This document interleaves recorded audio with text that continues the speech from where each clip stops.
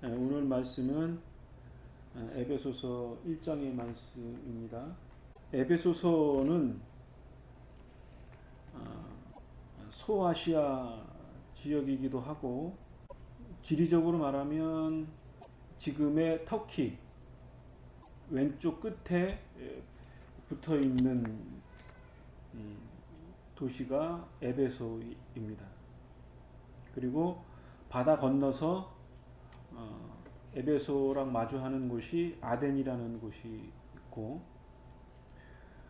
에베소서에서 지중해를 타고 해안가를 타고 쭉 내려오면 이스라엘이 접해 있는 지역이라고 할 수 있습니다.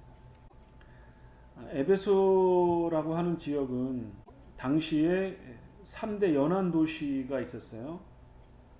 하나는 알렉산드리아라는 지역인데, 이것은 지금의 이집트, 애굽에 있는 곳이었고,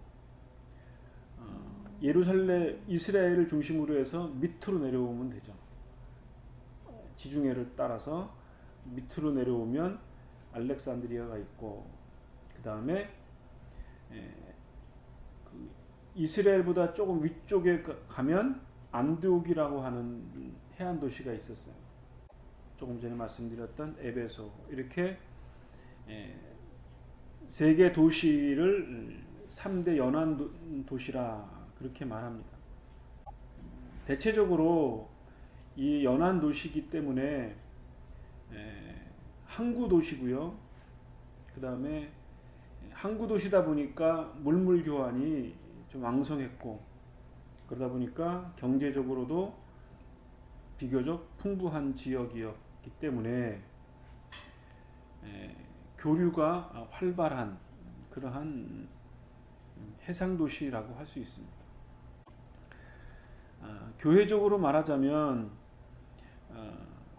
기원 후 62년경 로마에서 옥중에 갇혔을 때 사도 바울이 에베소서를 기록했다고 합니다.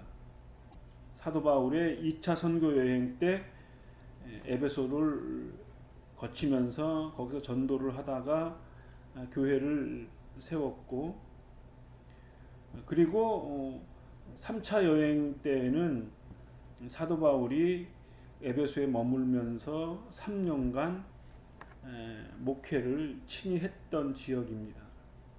그렇기 때문에 사도 바울의 관점에서 보아도 자기가 직접 개척한 교회고, 또 3년간 머물면서 목회했던 교회였기 때문에 다른 교회도 교회지만 특별히 관심이 많았던 지역이 이 에베소 지역이었고, 에베소 교회라고 할 수 있습니다.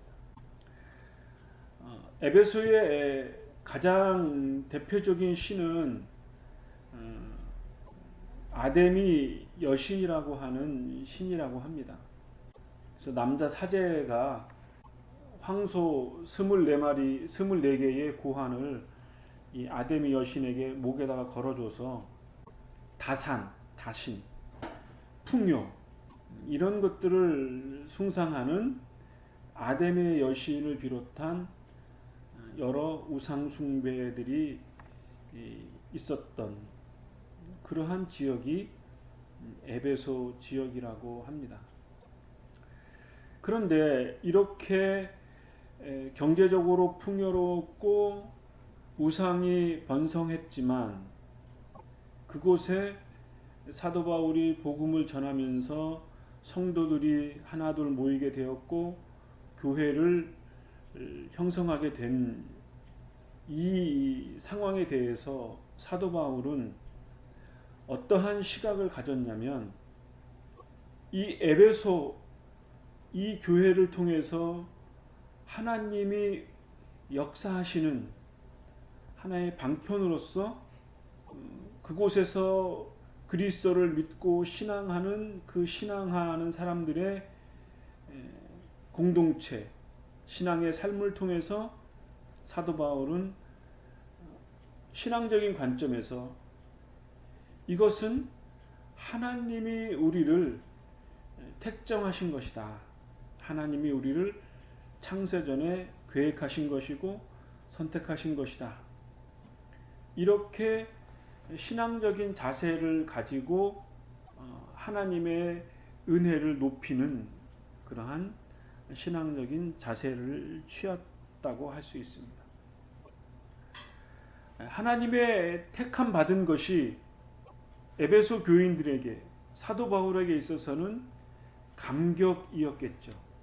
왜냐하면 수많은 우상 숭배가 산재하는 물질의 풍요로움을 자랑으로 하는 그 에베소 도시에서 우리가 하나님의 은혜로 예수 그리스도를 믿음으로 우리가 구원함을 얻었다라고 하는 그러한 신앙적인 고백 자체가 에베소에 있는 교인들에게 있어서는 하나님 앞에 감사할 조건이었고 감사할 제목이었다라고 하는 거죠. 이런 면에서 사도 바울은 하나님이 우리를 택정하시고 하나님이 우리를 예정하셨다라는 신앙적인 고백을 하고 있는 것입니다. 예정이라고 했을 때 하나님이 택정하셨다, 택하셨다, 그것을 우리가 신앙으로 고백하는 것이지, 예를 들어서 그리스도 밖에 있는 사람들, 그 사람들은 하나님이 택하지 않았다, 그러한 논리적인 이론이 성립이 되겠죠. 그런데 하나님의 은혜로 택함을 받았다라고 하는 신앙적인 자세를 갖는 것은 하나님으로부터 구별되고 하나님이 우리에게 주시는 은혜의 풍성함을 생각할 때 당연히 고백할 수 있는 신앙적인 자세인 거죠. 하나님이 우리를 택하지 않았다 라고 하는 것에 대해서 어떤 분들은 신앙적으로 받아들이지 못하거나 또는 이성적으로 하나님이 우리를 유기했어, 버렸어, 하나님은 교회 안에 있는 사람들만 택했다라고 하는 것에 대해서 논리적으로 또는 감정적으로 심하게 반대하는 경향들이 있는 것이 사실입니다. 그러나 우리의 그 믿음을 갖고 있는 신자로서 당연한 태도라고 하는 것은 이 세상에 있는 모든 일련의 것들을 신앙적인 관점으로 이해하는 것은 신앙적인 바른 자세라고 할 수 있겠죠. 그런 면에서 우리가 예정을 또 하나님의 택하심을 이해하는 것이 중요하다고 할 수 있습니다. 이 하나님의 구원하시는, 하나님의 역사하시는 그러한 방식은 성경을 통해서 우리에게 말씀하신 것이고, 이스라엘이라고 하는 한 역사를 통해서 말씀하신 것이고, 그리고 사도 바울이라고 하는 한 인물을 통해서 하나님의 뜻을 이 땅에 드러낸 것이죠. 그리고 사도 바울은 십자가에서 고난받으신 그리스도를 다메섹 도상에서 영적인 환상으로 그리스도를 만나게 되었고, 그리고 당대에 편만해 있던 그리스도의 고난과 부활에 대해서, 그리고 그리스도를 따르는 사람들의 그러한 일련의 사람들에 대해서 유대인의 철저한 신앙심으로 그들을 핍박했던 인물이었습니다. 그리스도를 따르는 사람들을 핍박했던 사도 바울이 그리스도를 만남으로 말미암아 회심하게 되었고, 그리고 구약 성경을 다시 유심히 살펴보고 자기가 가지고 있는 모든 지식들을 다 총동원해서 그리스도를 이해한 후에 사도 바울은 하나님께서 역사하시는 방식이 구약의 그리스도를 예표한 것이었고 십자가에 달리신 그리스도께서 구약에 예표되어진 그 그리스도였다라고 하는 사실을 확증하게 되었습니다. 그러면서 이것을 신앙적으로 어떻게 표현했냐면 에베소서 1장 4절에 이렇게 말씀했습니다. 하나님께서 창세 전에 그리스도 사랑 안에서 흠없는 거룩한 백성으로 선택을 하셨다. 이렇게 말씀하고 있습니다. 5절에는 그때부터 그리스도를 통해 자녀 삼으시기를 작정하셨다. 그리고 하나님께서 이 일을 바라보시고 기뻐하셨다. 7절에는 그리스도 안에서 그의 보혈로 자유함을 얻고 풍성한 은혜로 죄사함을 받았다. 이렇게 설명을 하고 있어요. 그러니까 사도 바울은 에베소에 있는 우리들이, 당시의 사람들이 우상숭배였고 예수 그리스도를 믿을 수 없는 사회적 환경이었음에도 불구하고 하나님의 은혜로 그리스도를 믿었다라고 하는, 그래서 생명의 기쁨과 부활의 소망을 갖고 그 에베소서에서 그리스도를 바라봤던 그 신앙함의 기쁨의 감격이 너무 감사해서 이것이 하나님께서 우리를 택하신 은혜의 역사였고 우리가 하나님의 은혜로 말미암아 이렇게 하나님을 높이고 있다라고 하는 그러한 신앙적인 감사의 고백을 한 것이었죠. 하나님께서 그리스도를 택하시고 십자가에서 고난을 받으시고 그리고 완전한 속죄를 이루시고 그리고 부활하신 그 그리스도의 부활의 능력이 그리스도를 마음으로 믿고 고백하는 우리들에게 그리스도의 크신 은혜로 하나님의 예정하심으로 우리에게도 그리스도께서 이루신 십자가의 사건과 부활의 소망이 우리들에게도 믿어지는 은혜가 있고 그리스도께서 완성하신 그 부활의 소망이 우리들에게도 이루어질 거라고 하는 그 믿음이 에베소에 있는 교회들에게도 임했다라고 하는 거죠. 그래서 7절에는 그리스도 안에서 그의 보혈로 자유함을 얻고 풍성한 은혜로 죄사함을 받았다라고 하는 하나님의 구원의 역사를 찬양하고 있는 거죠. 이것을 믿고 따르는 사람들이 하나둘 모여서 에베소의 교회를 이루게 되었습니다. 그리고 이 신앙의 공동체는 결국은 하나님이 이루시는 하나님의 나라를 이루는 그러한 하나의 모형이 되어진 거고 하나님의 구원의 역사가 에베소라고 하는 그 지역 속에 그리고 믿는 사람들을 통해서 하나님의 나라를 이루는 하나님의 구원의 역사를 이루는 그러한 모판이 된 것이라고 할 수 있습니다. 그리고 이 에베소 교회를 통해서 사도 바울은 어떠한 소망을 가졌냐면 9절 말씀에 이렇게 말씀합니다. 한 가지 비밀이 있다. 하나님께서 그리스도를 통해서 우리를 구원하시려는 뜻을 가지고 있고 이것은 땅과 하늘을 통일하시는 하나님의 구원의 역사다.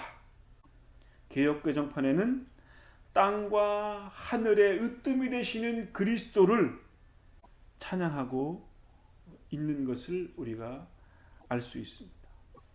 그러니까 에베소라고 하는 교회를 통해서 하늘과 땅을 통일하시는 하늘과 땅의 가장 으뜸이 되시는 그리스도를 통해서 예수 그리스도 안에서 모든 믿는 자들이 하나님 안에서 하나가 되어진다라고 하는 그 놀라운 믿음의 공동체를 꿈꾸고 있는 것이죠. 이 세상에 있지 않았던 것. 하나님이 사람과 같이 함께 공유할 수 있다라고 하는 것은 당대의 로마나 그리스 관점에서는 도저히 이해할 수 없는 거였죠. 전능하신 하나님이 이 땅에 오셔서 우리와 함께 할 수 있다라고 하는 것은 있을 수 없는 거죠. 그런데 그것이 믿는 자들을 통해서 하늘과 땅을 통일하시는 그리스도, 그 위대하신 그리스도를 통해서 하나님 앞에 나아갈 수 있다라고 하는 그 위대한 하나님과 하나 되는 길을 비로소 그리스도를 통해서 깨닫게 되어진 거죠. 이제는 누구든지 그리스도를 통해서 하나님 앞에 나아가 하나님 앞에 예배하고 자기의 부족한 것을 드러내고 자기의 죄를 드러내므로 하나님 앞에 죄 용서를 직접 받고 그리고 자기의 남은 생애를 하나님 앞에 내어놓고 삶을 살아갈 수 있는 그런 은혜의 역사가 비로소 그리스도를 통해서 하늘과 땅을 통일하시는 그리스도를 통해서 모든 믿는 자들에게 길이 열려지는, 그래서 종전에는 짐승의 피를 통해서 자기의 죄죽임을 자각하는 그러한 처참한 환경이 아니고 이제는 그리스도를 통해서 그리스도와 함께 하나님 앞에 나아갈 수 있는 그러한 은혜의 보좌 앞에 나아갈 수 있는 길이 열리게 된 것이죠.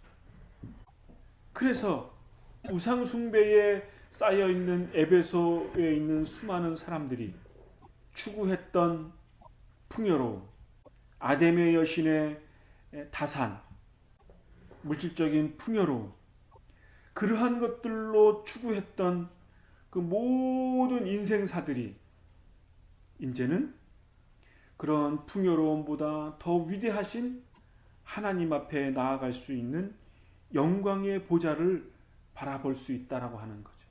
이것은 이 세상에서 추구했던 가치와 하나님의 영광의 가치를 비교하면서 더 높은 가치를 추구했던 그 위대한 영적인 의미를 발견한 것이라고 할 수 있습니다.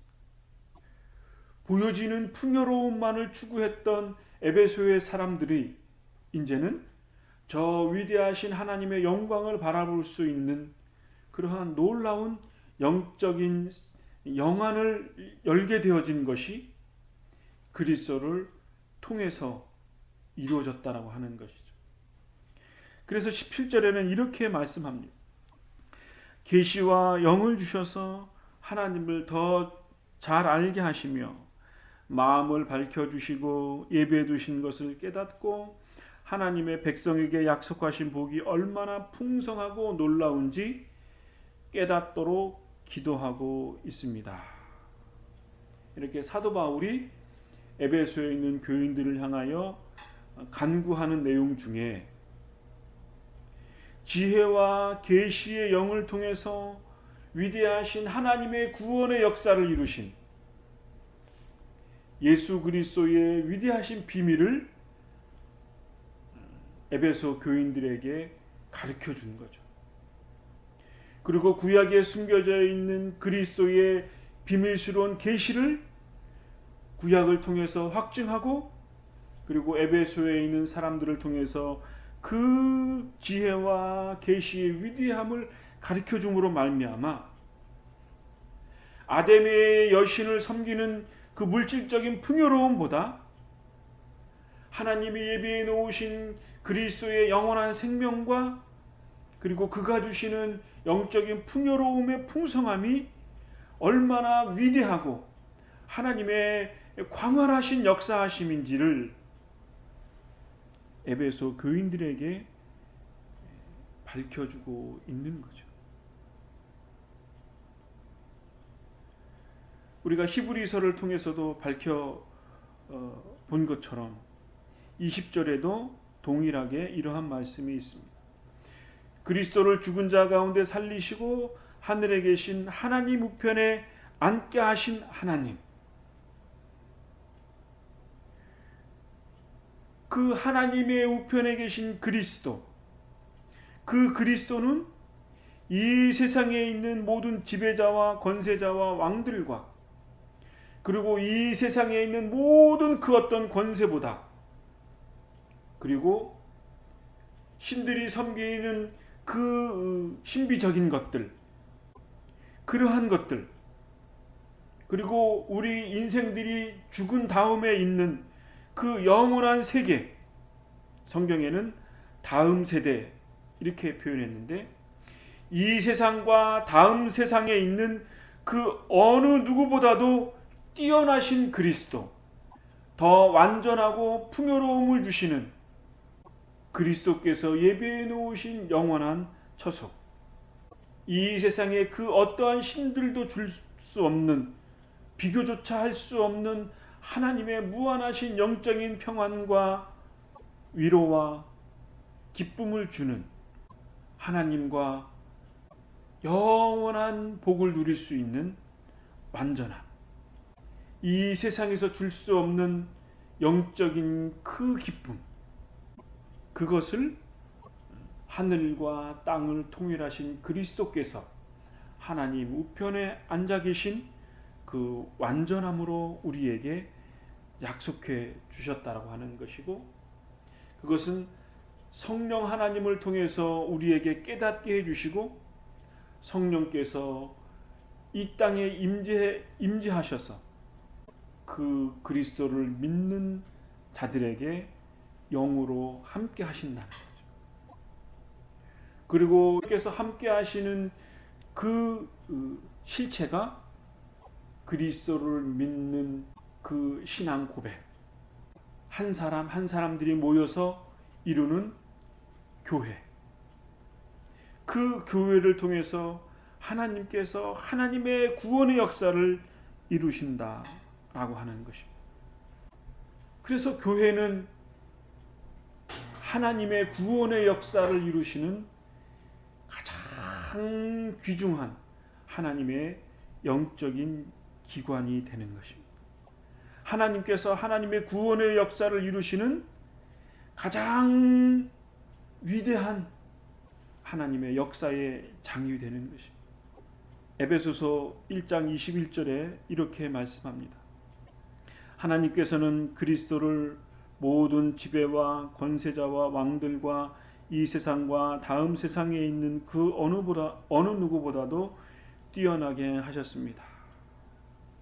하나님께서는 만물을 그 발 아래 두시고 그리스도를 교회의 머리로 삼으셨다. 이렇게 말씀하고 23절에는 교회는 그리스도의 몸이며 모든 것을 넘치도록 채우시는 분이 계신 곳입니다.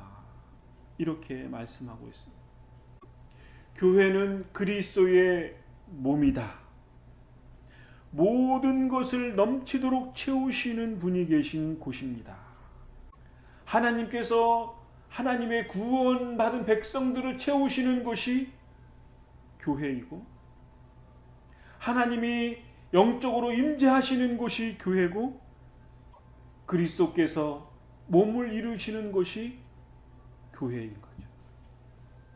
물론 여기에서 교회는 형체가 보이는 교회가 아니고 그리스도를 믿는 모든 믿는 자들이 고백하는 그 신앙의 고백, 그 고백을 교회라고 하는 것이고, 그것이 그리스도의 몸이라는 것이고, 그것이 하나님이 임재하셔서 하나님의 영광을 채우시는 곳, 하나님으로 충만케 하시는 곳, 그것이 교회의 머리 되신 교회라고 하는 것이라고 우리는 이해할 수 있습니다.